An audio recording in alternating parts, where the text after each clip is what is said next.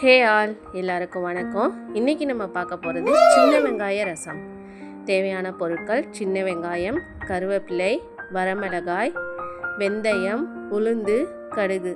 இப்போ நம்ம எண்ணெய் ஊற்றியாச்சு.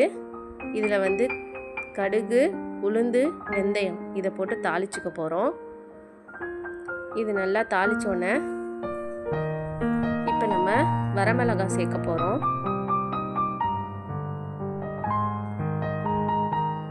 இது கூடவே சின்ன வெங்காயம் போட்டு நம்ம நல்லா ஃப்ரை பண்ண போகிறோம்.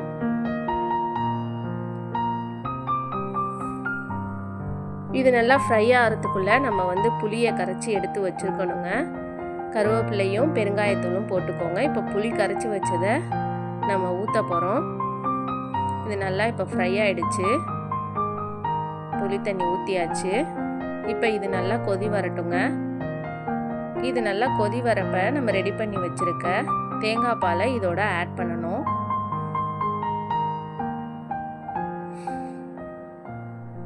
தேங்காய் பாலை ஆட் பண்ணியாச்சு.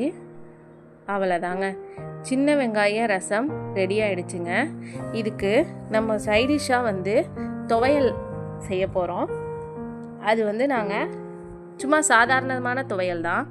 தேங்காய், வரமிளகாய், 2 பல் பூண்டு, பொட்டுக்கடலை, உப்பு, தேவையான அளவு உப்பு. இது நாங்கள் அம்மியில் அரைக்கிறோங்க. நீங்கள் வேணால் மிக்சியில் அரைச்சிக்கோங்க. நான் கொஞ்சம் கெட்டியாக அரைச்சி எடுத்துக்கணும். அம்மியில் அரைச்சா அது ஒரு டேஸ்ட்டாக இருக்கும். அதனால் நாங்கள் பொதுவாக அம்மியில் தாங்க பயன்படுத்தி அரைப்போம். பாருங்கள், நல்லா அரைச்சாச்சு.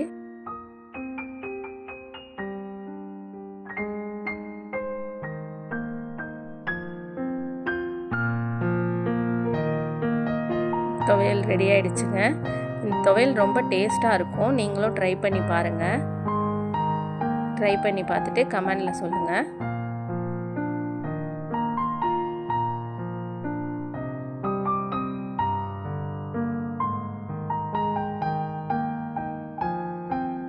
பொட்டுக்கடலை துவையல் ரெடி ஆகிடுச்சுங்க. ரொம்பவே டேஸ்ட்டாக இருக்கும்.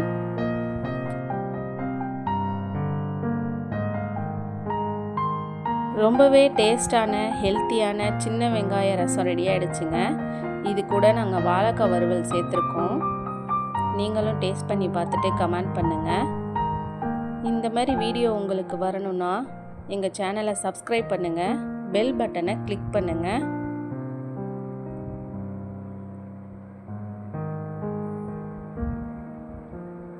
Thank you for watching this video.